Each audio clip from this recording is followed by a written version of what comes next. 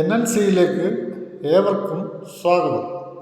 നിങ്ങളുടെ വീട്ടിലെ KCB meter reading നിങ്ങൾക്ക് തന്നെ എടുക്കാനുള്ളൊരു സാഹചര്യം ഉണ്ടായാൽ, അല്ലെങ്കിൽ റീഡിംഗ് എടുക്കാൻ വന്നില്ലെങ്കിൽ നമുക്ക് തന്നെ റീഡിംഗ് എടുത്ത് KSCBയിലേക്ക് അയച്ച് പണം അടയ്ക്കാവുന്നതാണ്. റീഡിംഗ് എടുക്കാൻ വന്നില്ലല്ലോ, അപ്പോൾ കറണ്ട് ബിൽ അടയ്ക്കണ്ട എന്ന് കരുതി ഇരുന്നാൽ പണി കിട്ടുന്നത് നമ്മൾക്ക് തന്നെ ആയിരിക്കും. റീഡിംഗ് എടുക്കാൻ വരുന്ന ദിവസം നമ്മുടെ വീട്ടിൻ്റെ ഗേറ്റ് പൂട്ടിക്കിടന്നാലോ? റീഡിംഗ് എടുക്കാൻ വരുന്നയാൾ റീഡിംഗ് എടുക്കാതെ പോകും. പിന്നീട് KCB ചെയ്യുന്ന പണി എന്താണെന്ന് നിങ്ങൾക്കറിയാമായിരിക്കാം. അതായത് മുൻ മാസം അടച്ച ബിൽ തുക എത്രയാണെന്ന് നോക്കും. ആ തുക തന്നെ പുതിയ ബിൽ തുകയായി അടിച്ച് ബില്ല് ഗേറ്റിനുള്ളിൽ ഇട്ടിട്ട് അയാൾ പോകും.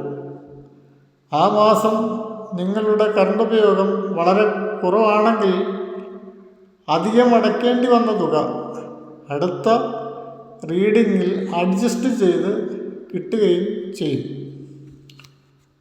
നിർബന്ധമായും നമ്മൾ തന്നെ റീഡിംഗ് എടുക്കേണ്ട ഒരു സാഹചര്യം വന്നു ചേർന്നാലോ? പ്രശ്നമില്ല. KCB അക്കാര്യം മെസ്സേജ് മുഖേന നമ്മെ അറിയിക്കും. റീഡിംഗ് എങ്ങനെ എടുക്കണം എന്നൊരു മാർഗരേഖ KCB കൺസ്യൂമർക്ക് അയച്ചു തരുന്നതാണ്.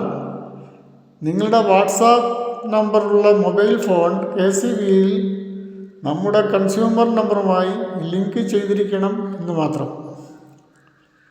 ഇതുവരെ നിങ്ങളുടെ മൊബൈൽ നമ്പർ കൺസ്യൂമർ നമ്പറുമായി ലിങ്ക് ചെയ്തിട്ടുണ്ടോ ഇല്ലയോ എന്ന് പരിശോധിക്കുക. ഇല്ല എങ്കിൽ അക്ഷയ കേന്ദ്രത്തിൽ കൺസ്യൂമർ നമ്പറുമായി ചെന്നാൽ ലിങ്ക് ചെയ്യിക്കാവുന്നതാണ്. അതുകൊണ്ട് പല ഗുണങ്ങളും ഉണ്ട്.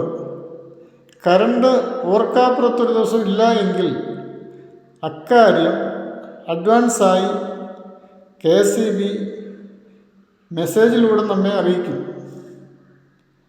അതൊരു വലിയ കാര്യമാണ്. അങ്ങനെ അറിയാൻ സാധിച്ചാൽ അതനുസരിച്ച് നമുക്ക് ടാങ്കിൽ വെള്ളം നിറച്ചിടാൻ സാധിക്കും. മിക്സി കൊണ്ടുള്ള ഉപയോഗങ്ങൾ എന്തൊക്കെയാണെന്ന് വെച്ച് കഴിഞ്ഞാൽ അതെല്ലാം ചെയ്തു വെക്കാൻ കഴിയും. അല്ലെങ്കിൽ വെള്ളമില്ലാത്തൊരവസ്ഥയിൽ വിഷമിച്ച് അന്തം വിട്ട് നിൽക്കേണ്ട ഒരവസ്ഥ വന്നു ചേരും.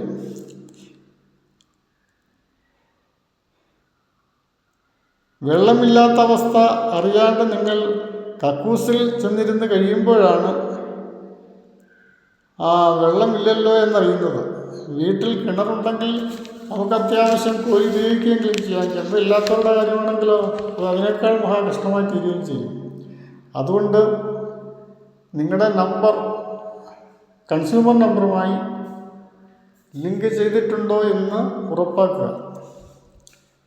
ഇനിയും മറ്റൊരു സാഹചര്യത്തിൽ കൺസ്യൂമർ തന്നെ റീഡിംഗ് എടുത്ത് അയക്കാൻ KCB നമ്മളെ അറിയിക്കുന്നൊരു സന്ദർഭം ഉണ്ടായി എന്ന് വിചാരിക്കുക. അതനുസരിച്ച് ഈസിയായി നമുക്കത് മീറ്റർ റീഡിംഗ് നോക്കി എടുക്കാവുന്നതേ ഉള്ളൂ.